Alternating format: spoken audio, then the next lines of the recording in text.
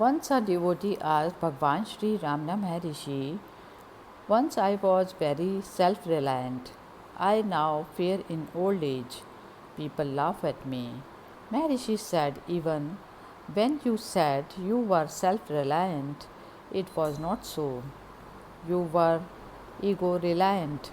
In place of that, if you let ego go, you will get real self reliance. Your pride was merely pride of ego. So long as you identify yourself with the ego, then you will recognize others as individuals too. Then there is room for pride.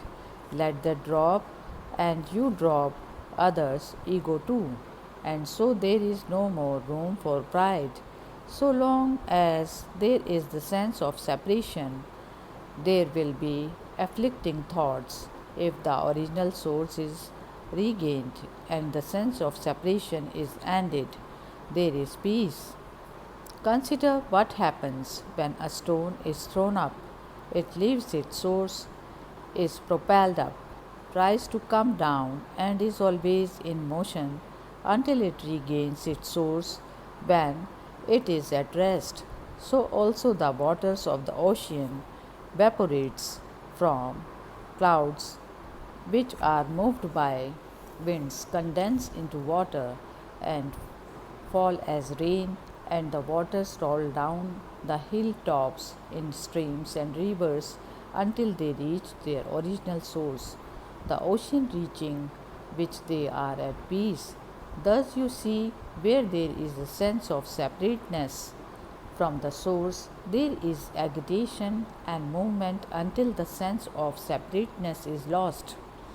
So it is with yourself. Now that you identify yourself with the body, you think that you are separate.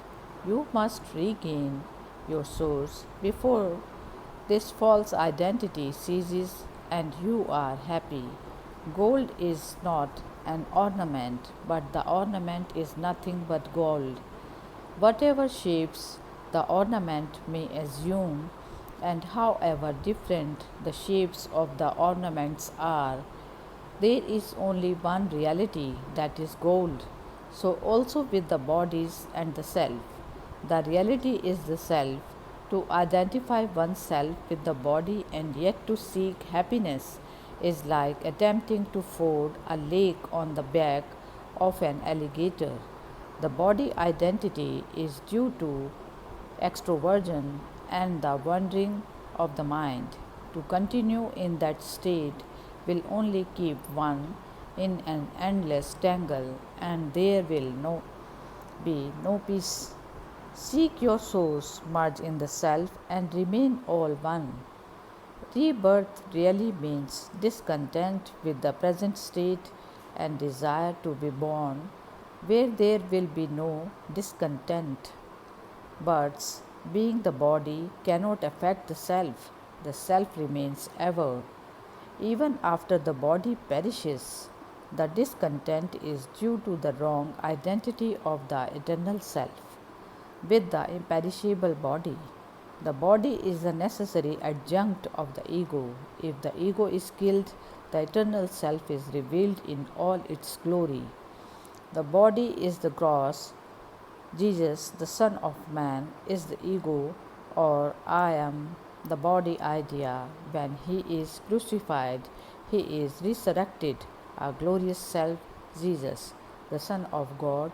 Give up this life if thou wouldest live. A jnani crushes the ego at its center. It rises up again and again for him too. As for the ignorant, impelled by nature, that is prarabdha, both in the ignorant and the jnani, ego sprouts up. But with this difference, the former's ego, when it rises up, is quite ignorant of its source or is not aware of it in deep sleep, in the dream and wakeful states, whereas a jnani, when his ego rises up, enjoys his transcendental experience with this ego, keeping his lakshya vision always on its source. His ego is not dangerous, it is only the ash skeleton of a burnt robe. Although it possesses a form, it is ineffective. By constantly keeping our lakshya on our source, our ego is dissolved.